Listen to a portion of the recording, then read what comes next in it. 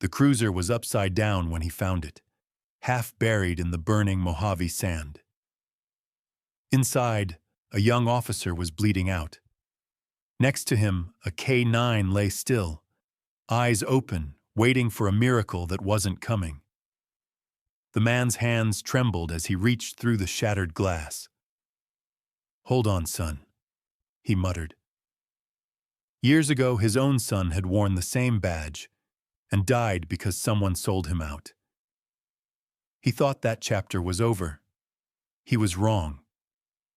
Now, in a storm that erased the horizon, he dragged the dog from the wreck and found something wedged beneath the seat, a marked map, a symbol he'd seen once before, the same symbol on the bag that held his son's folded uniform. No one would believe what he'd just uncovered. But the truth had waited long enough. Stay for one more minute, and I'll tell you what the desert tried to bury. Before we begin, hit like, share, and tell me, where are you watching from tonight? I want to know how far this story will travel, and whether mercy still can. The Mojave sun did not rise that day. It burned. It hovered above the endless stretch of highway like a punishment, spilling white fire over every rock and ripple of sand. The air shimmered, trembling as if alive, bending the horizon until it looked like the earth itself was breathing in pain. The asphalt bled heat, soft and black, swallowing the lonely hum of an old pickup that dragged itself through the silence. Inside sat Raymond Cole, 55, his hands gripping the wheel the way a drowning man might cling to driftwood. The radio had long given up its signal. Only the rattle of tools in the back and the whisper of hot wind filled the cabin. He was a man carved by years of sun and solitude. Thin, sunburned, his hair silver at the temples, face weathered and stern. The desert had taken much from him: sleep, peace, his son, and the sound of laughter. But it had taught him patience. He counted each sunrise not by beauty, but by endurance, as if every dawn was proof that God still had use for broken men. The old truck creaked over the cracked road, and he squinted against the glare, searching the distance not for purpose but for distraction. The world, as far as he could see, was dry, empty, and honest. It asked for nothing and gave nothing back.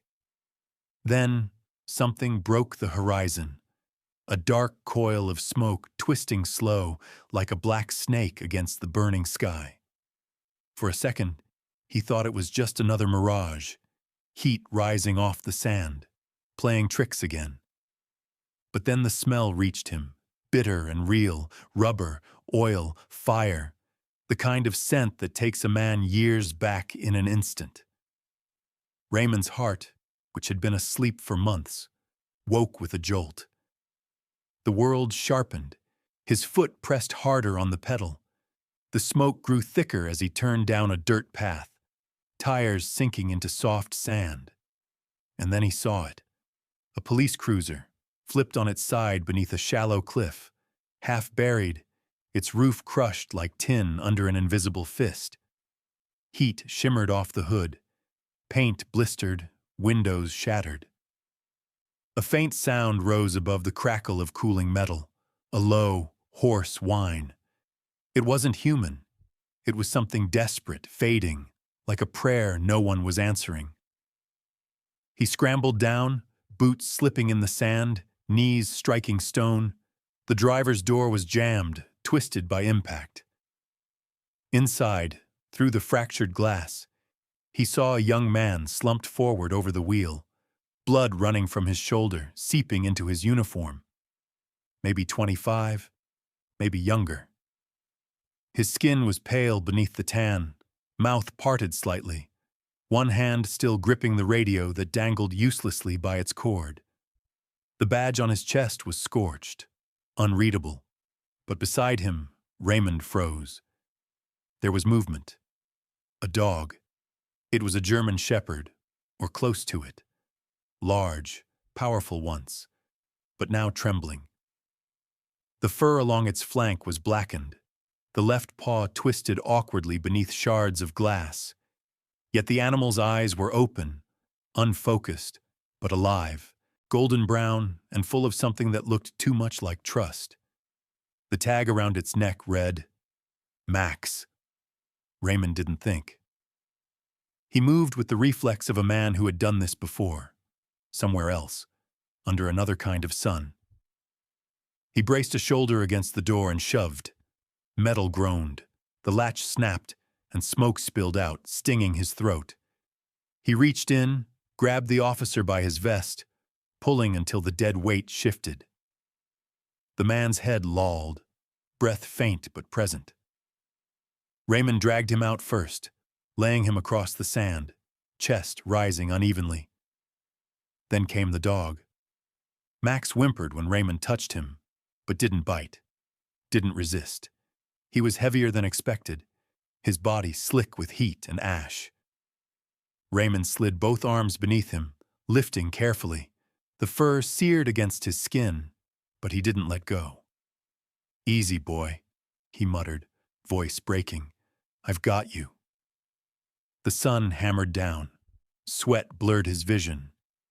He staggered up the slope with the officer slung across one shoulder, the dog cradled against his chest. By the time he reached the truck, his breath came in shallow bursts, and his hands were blistered raw.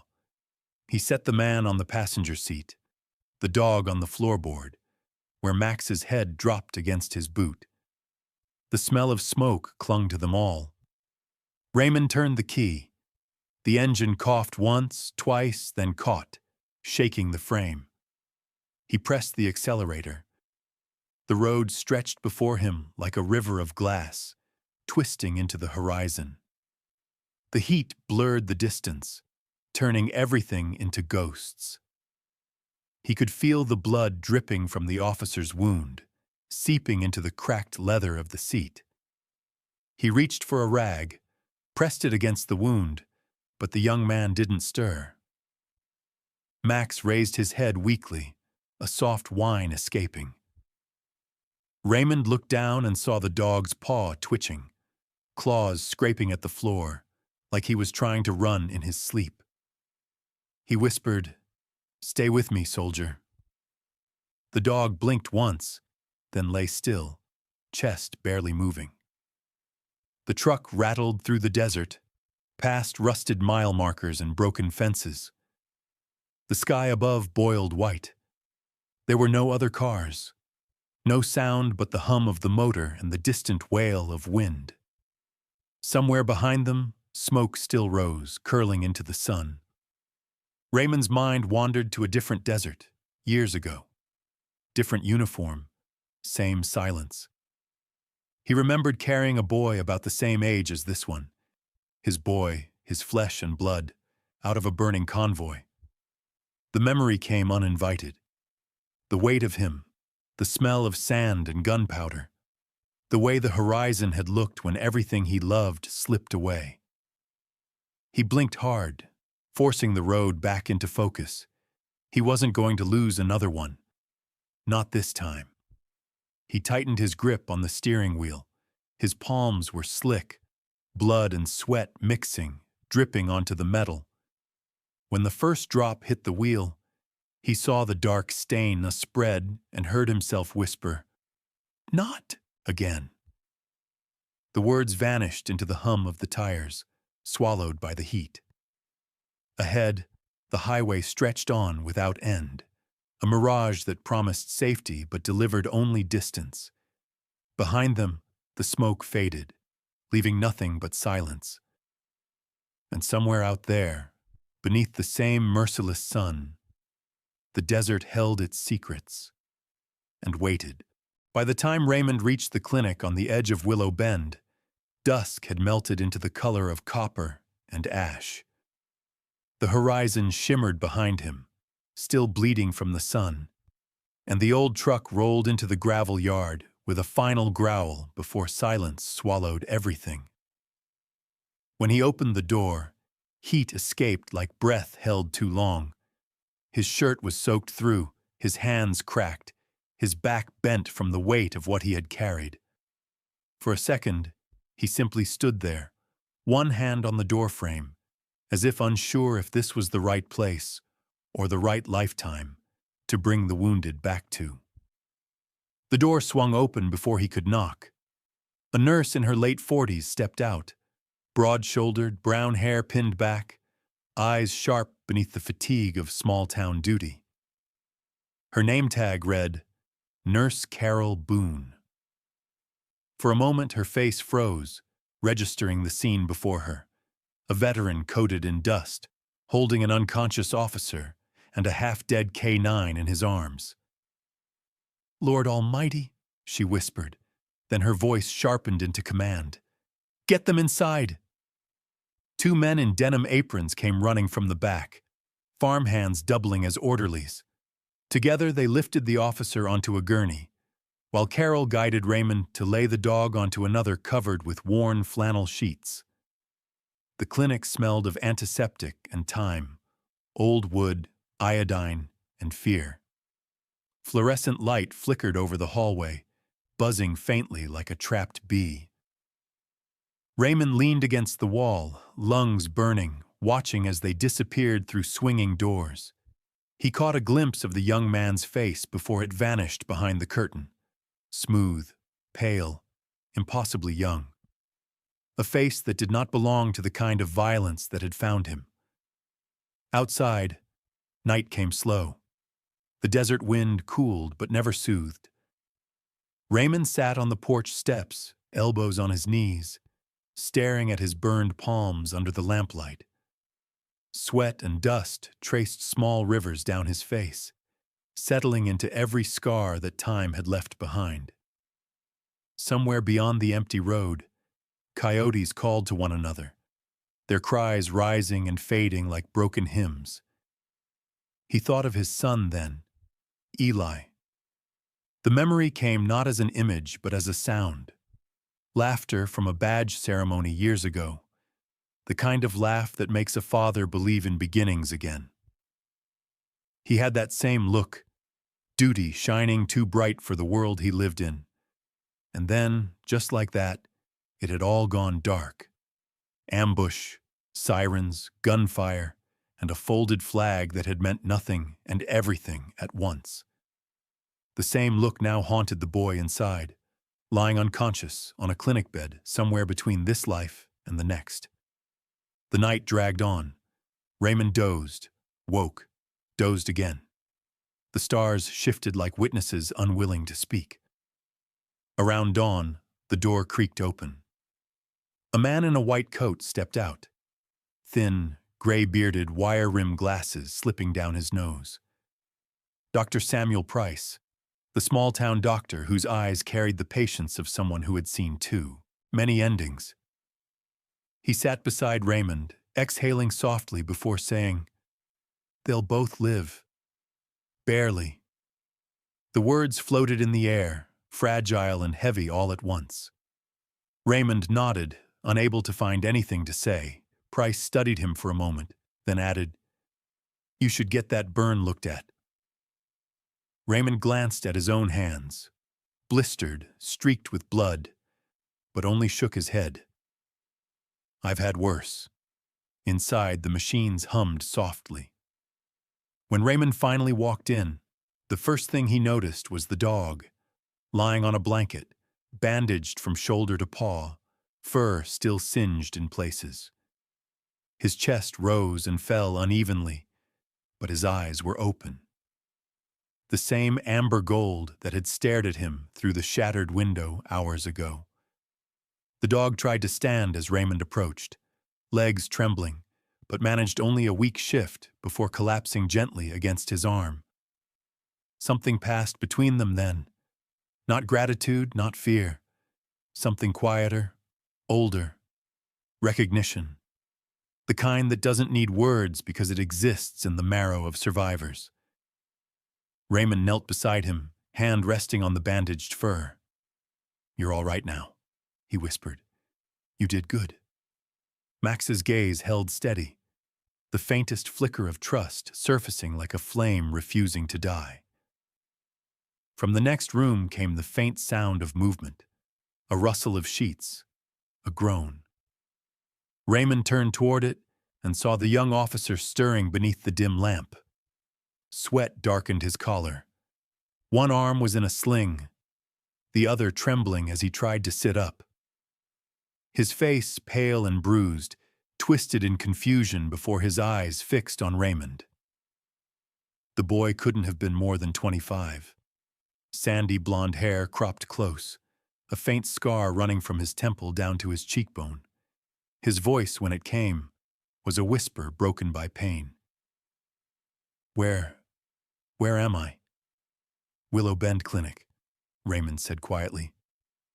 "You were in an accident?" The officer frowned, eyes unfocused. "No, not an accident."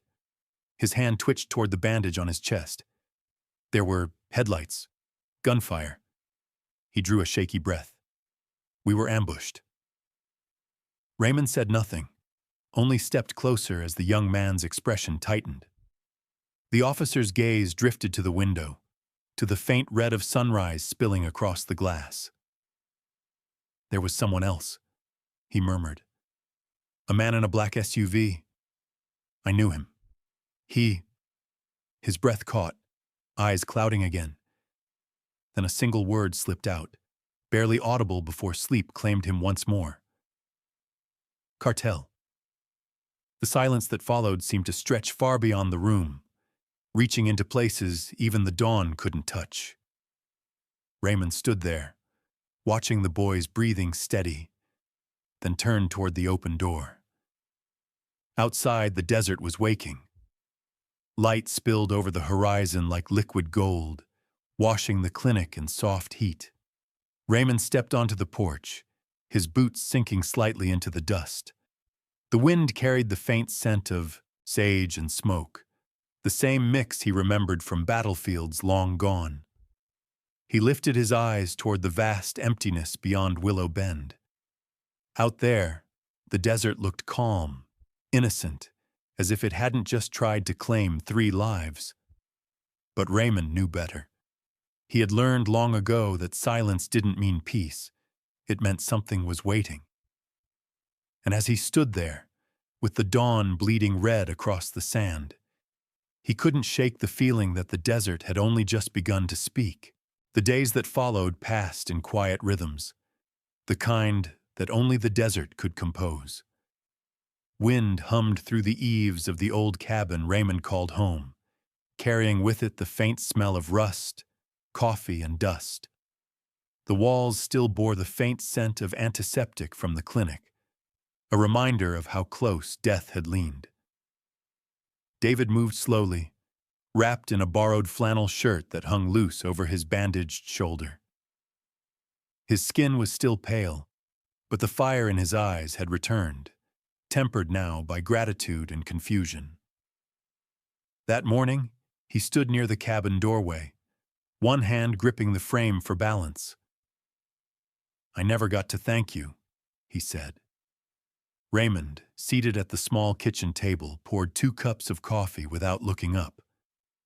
"No need," he replied, voice gravel low. "Just get your strength back."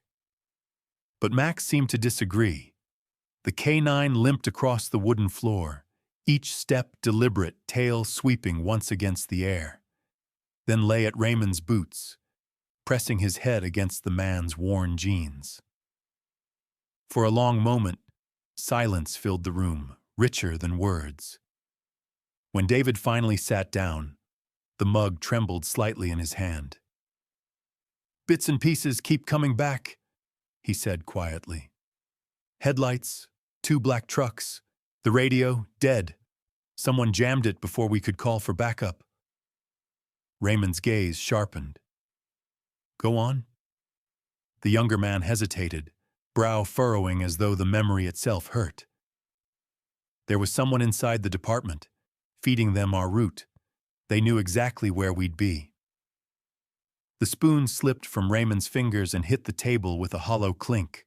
For a heartbeat, the room stilled. The words "inside the department" echoed like a distant gunshot, pulling him back to another year, another ambush, the one that had taken his son.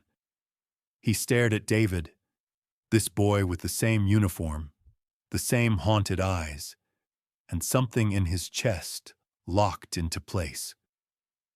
Outside, the sky was turning molten with sunset. Copper light spilled through the window, painting the walls in bruised orange. Raymond rose from his chair, shoulders stiff. "Get some rest," he muttered. "Tomorrow will be clearer." But as the night stretched over the desert, rest didn't come. He sat by the window long after David had drifted into uneasy sleep, the ticking of the clock blending with the slow rhythm of the wind. Max lay nearby, his breathing steady, ears twitching at sounds only he could hear. By evening the next day, the desert looked different, harsher somehow, as though the dunes themselves were listening. The sun bled low across the horizon, the kind of light that blurs edges and hides truths. Raymond had been patching a leak in the water trough when Max suddenly lifted his head. His ears flicked once, then twice, body tensing. He let out a low growl, deep and cautious, then began limping toward the ridge behind the cabin. "Easy, boy," Raymond called, setting down his tools. But Max didn't stop. His gait was uneven, yet determined. The same stubborn loyalty that had carried him through fire now pulling him into shadow.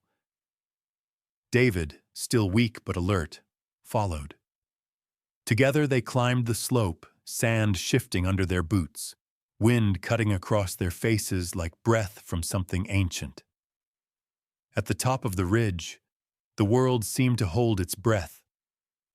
Below them, half buried in sand, lay an SUV. Its black paint was dulled by grit, its frame tilted awkwardly as though trying to sink deeper into the earth. Max barked once, sharp and certain. Raymond and David exchanged a glance before descending. The closer they got, the clearer the truth became. The driver's side door was riddled with bullet holes. Flies circled where blood had dried dark on the steering wheel. The windshield was shattered, spider-webbed with cracks that caught the dying light. Raymond crouched, one hand brushing the metal. It was still warm, as if the desert itself remembered what had happened. David opened the passenger door, careful not to disturb the scene. Inside, beneath a scattering of sand and broken glass, lay a glove box slightly ajar. He pulled it open and froze. A folded dispatch map rested inside, edges smudged, a red stamp marking official police coordinates. This came from headquarters," David said, voice low. "It shouldn't be out here." Raymond took the paper from him, his hands trembling just enough to betray what his face refused to show. The map bore markings, intercept points, patrol routes, and a single circle around the stretch of highway where David's cruiser had crashed. He didn't need more proof. This wasn't coincidence. Someone had sent them into a trap. The wind picked up, moaning through the canyon walls, carrying dust that stung their eyes. Raymond's gaze drifted to the bullet holes again, then back to the map, the color draining from his face. Memories he had buried deep, uniforms, radio static, the sound of his son's last transmission, rose uninvited, sharp as the sting of sand against skin. David stood beside him, silent now, watching as understanding tightened the older man's jaw. "Sir," he started, but Raymond cut him off with a whisper that trembled between anger and grief. "They're back." Max growled low, the sound vibrating through the ground. The setting sun caught the glint in his amber eyes. Steady, alert, waiting. Raymond folded the map slowly, the veins in his hands standing out like scars. Around them, the desert seemed to shift again, wind weaving through bones of forgotten things. For a long moment, none of them spoke. The sand hissed softly against the metal of the SUV, as though the earth itself was trying to cover the evidence, to swallow the truth before it could rise. But Raymond knew too well. The desert never truly buried anything. It only waited. And as he stood there, with Max pressed against his leg and David staring at the horizon's bleeding edge, Raymond understood what the silence meant. The past had not ended. It had only gone quiet long enough for him to hear it return. Night fell heavy and red, like the sky itself had been scorched open. The last light of dusk bled into the horizon as Raymond's truck rattled over cracked earth and dry weeds. The headlights carved a pale path across the wasteland, catching on old fence posts and ghostly shapes of tumbleweed tumbling in the wind. In the back seat, David reloaded his pistol in silence, each click echoing with the weight of unfinished truths.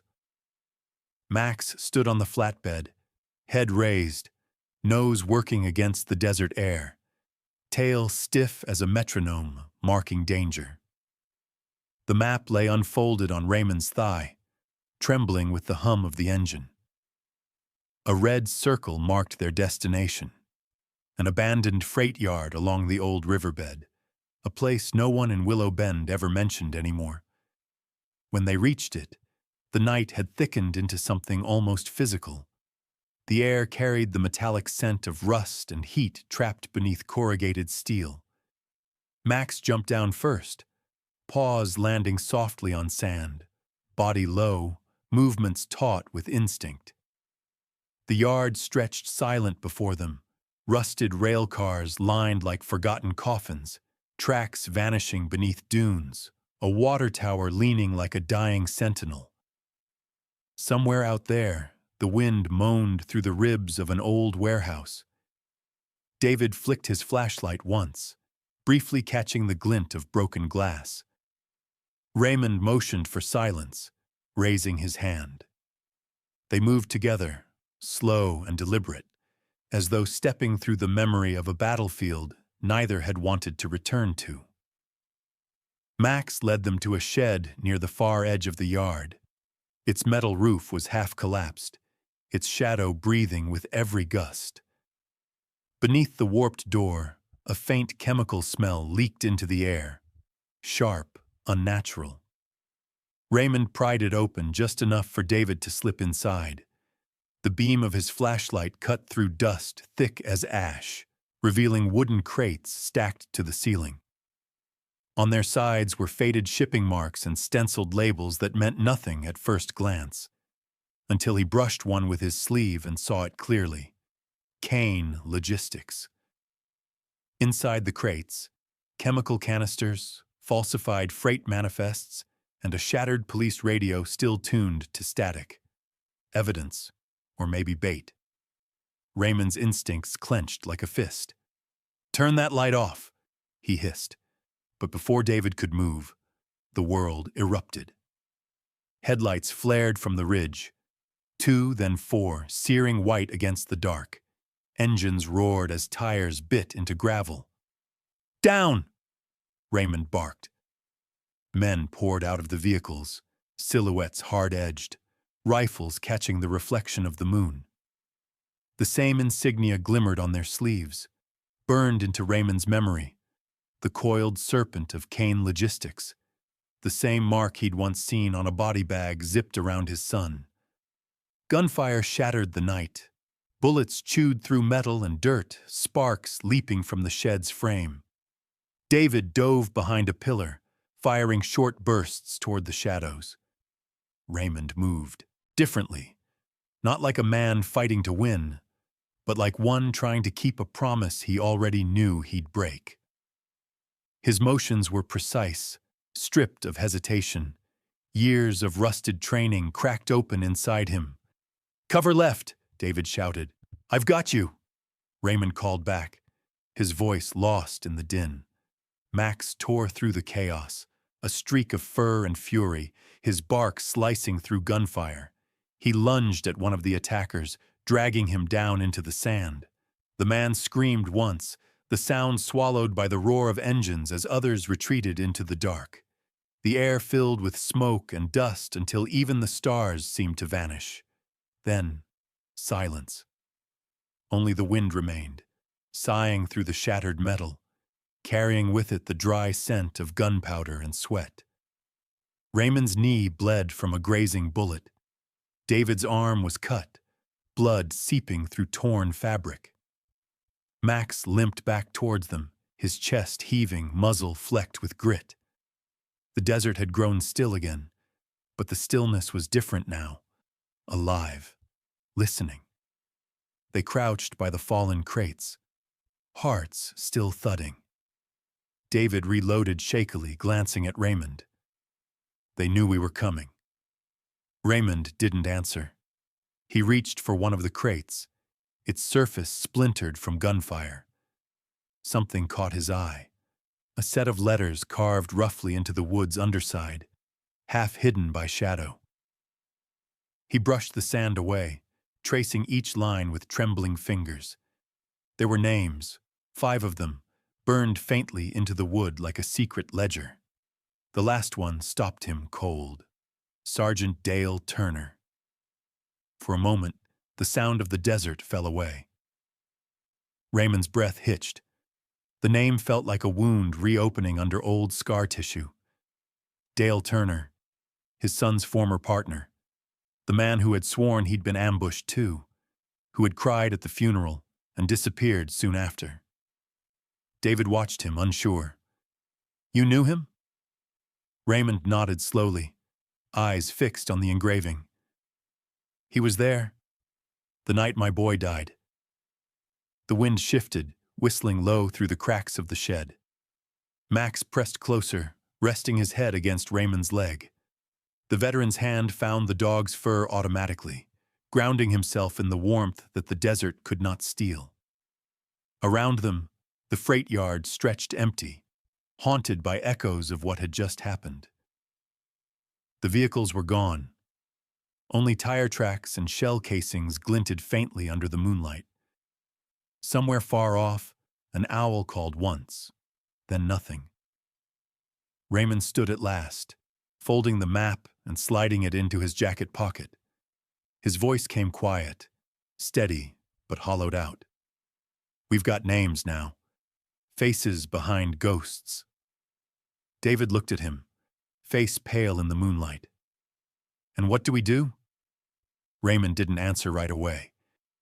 He looked toward the open desert, where the wind had already begun to erase the tracks. The stars shimmered like eyes in mourning. "Finally," he said, almost to himself, "we listen." The desert just started talking.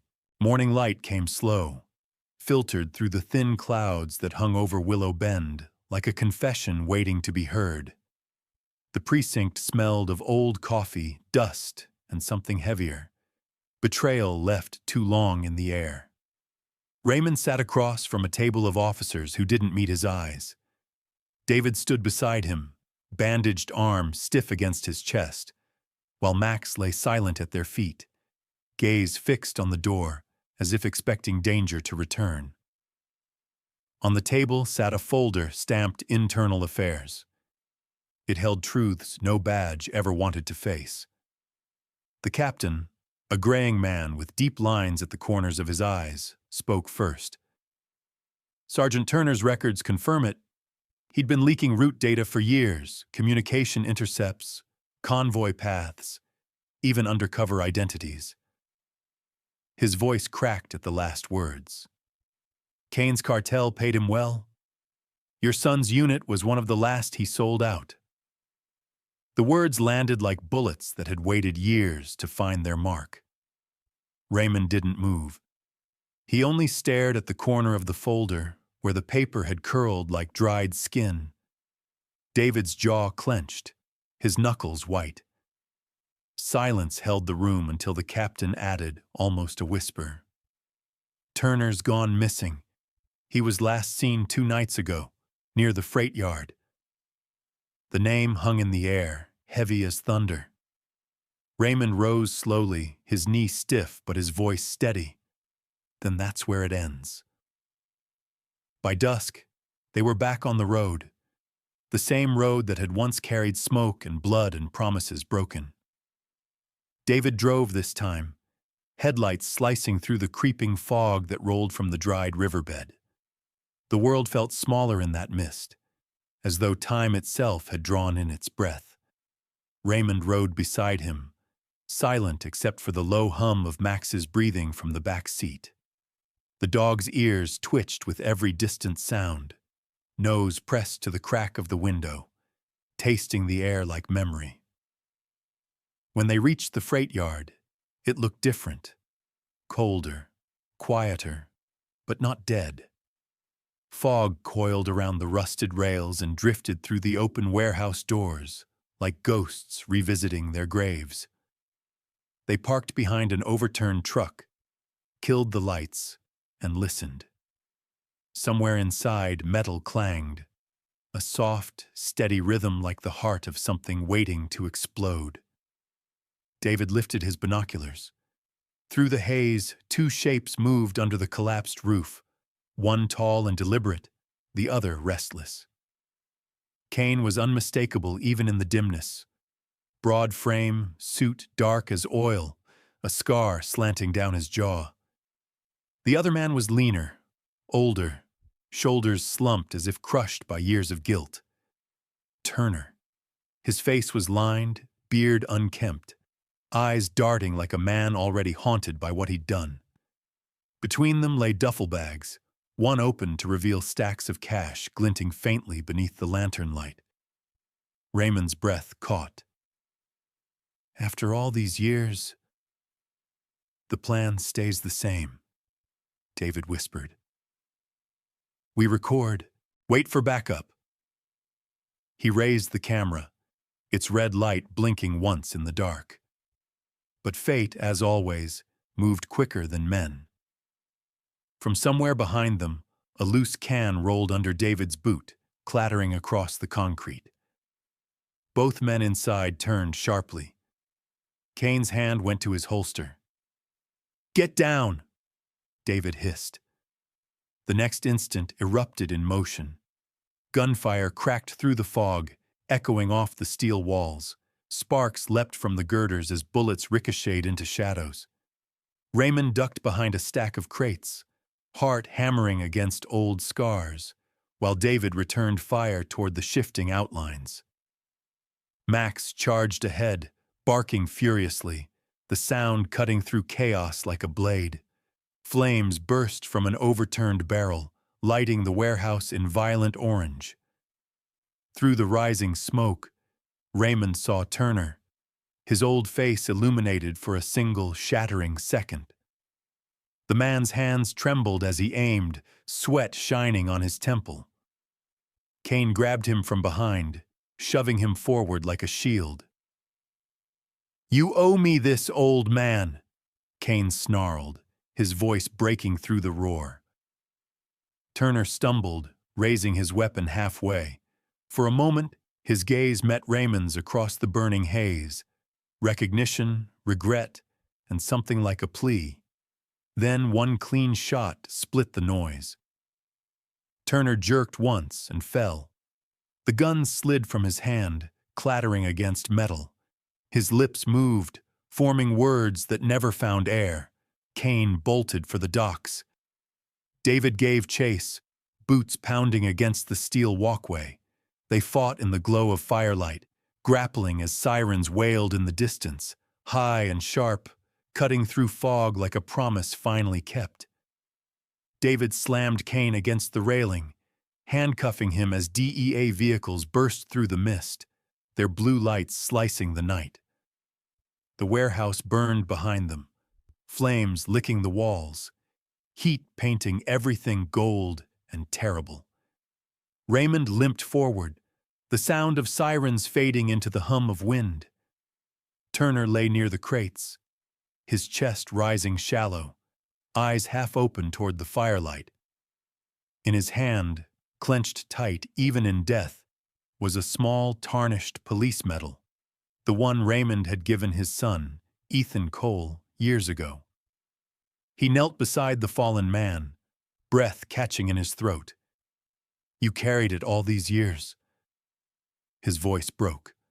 "Why?" There was no answer, only the sound of embers falling like slow rain and the low murmur of the wind passing through open doors, carrying with it both heat and something softer, like forgiveness. Raymond closed Turner's hand around the metal and bowed his head. Max came to his side, resting his muzzle on the veteran's knee, the light of the fire reflected in his amber eyes. Behind them, David watched in silence as dawn began to push at the edges of night, painting the smoke a pale gray. For the first time in years, Raymond felt the weight in his chest loosen, not gone, but gentler. The desert had spoken, and what it said was not vengeance. It was peace hard-earned, and sorrow finally given permission to rest. The Mojave had quieted, as if even the wind had grown tired of carrying pain. Weeks had passed since the night of fire and sirens, and the desert now seemed almost tender beneath the dawn.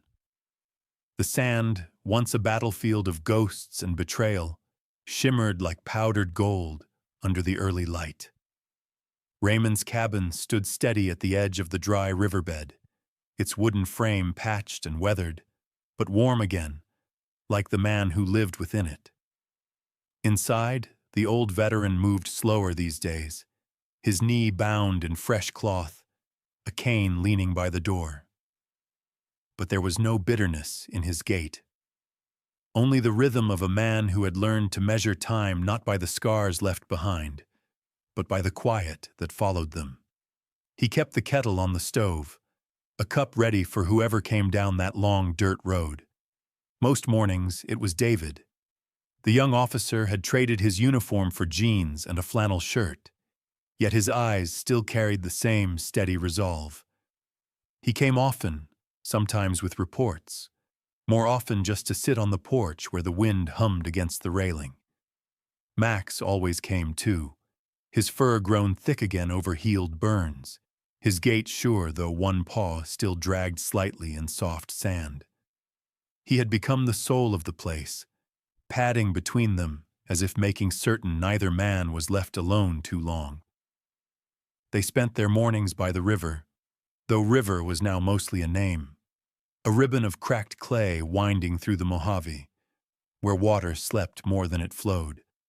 David would cast a fishing line into what little pool remained, and Raymond would smile at the futility of it, at the way the boy refused to stop hoping even when the hooks came back dry. Max would sit between them, tongue out, tail thumping against the ground, as if reminding them that waiting, not winning, was its own kind of grace. Some days, silence spoke louder than words. Others, the past came like the desert wind, sudden, uninvited, and yet strangely cleansing. Raymond would glance toward the horizon where the freight yard once stood and feel a heaviness shift inside him, not gone but no longer sharp. Turner's betrayal, Cain's cruelty, Ethan's loss, all of it had settled into something almost peaceful, a kind of truth too heavy to carry, but too sacred to cast away. One morning, as the sun stretched its first pale fingers over the sand, Raymond stirred from the porch and looked out toward the sleeping desert. David poured coffee into a tin cup and handed it to him, steam curling into the cool air. The old man accepted it, gazed distant, as though seeing something far beyond the ridges. "Had a dream last night," he said finally, voice rough with the effort of holding it in. David looked up, cautious but gentle. "About Ethan," Raymond nodded. "He was by the river," he said, the words breaking softly. "Same place we sit now. He wasn't angry. Didn't look how he did at the end. He looked free. He said, 'You did good, Dad.' Then he smiled and walked away." The air held still for a moment, caught between grief and something brighter. The wind swept across the sand, carrying the words away like prayer smoke. Max lifted his head, barked once toward the horizon, then lay back down, tail sweeping a slow circle through the dust. David didn't speak. He didn't have to. Some truths didn't need sound to be understood. Later that day, they buried Turner's medal beside the old cottonwood near the river. Raymond had polished it until the badge caught the sunlight like a mirror, reflecting 1,000 tiny points of forgiveness. He carried it long enough, Raymond murmured, pressing it into the earth. Time it carried him somewhere better. David placed a flat stone over the spot. Max sniffed it once, then sat back, head bowed as if in silent guard. Afternoons drifted by in amber heat. Children from the nearby town sometimes wandered past the fence, curious about the quiet man and his dog. Raymond would nod at them, sometimes offering cold lemonade if he had any, sometimes just a story about a horse he once rode through rain. David listened to those stories too, and though he'd heard them before, he never interrupted, because in each retelling, there was less pain, more light. When the desert cooled each evening, the three of them would walk down the same trail, man, younger man, and dog, their shadows stretching long across the sand. Coyotes sang in the distance, not in warning, but in belonging. The world, somehow, had found balance again. Then came a dawn unlike the rest. The air was cool, gentle, almost forgiving. The horizon blazed with a thin band of gold, and the first light poured over the canyon walls, setting the dry river shimmering like molten glass. Raymond stood with his hand on Max's back, David beside him, their faces turned toward the rising sun. No words passed between them for a long while. They didn't need them. The silence held everything. Loss, redemption, peace. Raymond exhaled, long and low, then said quietly, "We didn't save them all. But maybe God sent us the ones that mattered." David looked at him, something warm breaking through his composure. "Then maybe that's enough," he replied. The veteran smiled, the kind of smile that comes only after a lifetime of storms. The desert wind rose once more, soft as a benediction, lifting grains of sand that glowed like tiny embers in the new light. Max barked again, short and bright, as if to remind them that the world, for all its cruelty, still answered back when called. And so they stood, a man who had lost, a man still learning what it meant to protect, and a dog who had carried both through fire, three souls stitched together not by blood or duty, but by mercy remembered beneath an unforgiving sky. Somewhere behind them, the river caught the sunlight and shimmered gold. Some stories don't end when the mission does. They linger, not in the noise of what was lost, but in the quiet of what was found. Out there, under the same sun that once burned too bright, there are still men and women who stand watch when the rest of the world sleeps. They don't ask for medals or headlines. They just keep showing up, again and again, because somewhere inside, they still believe the world is worth saving. And sometimes, courage doesn't roar. It limps. It kneels beside the broken. It reaches out a hand and says, "Come on. We're going home." If you ever pass through the desert, you might not see them, but you'll feel something, a warmth that doesn't belong to the sun, a silence that feels alive. That's where mercy lives. Because the bravest hearts don't fight for glory. They fight for the one soul still left to be saved. And when the wind moves just right, carrying sand and memory together, you'll know. Somewhere, loyalty still breathes, and kindness still remembers your name.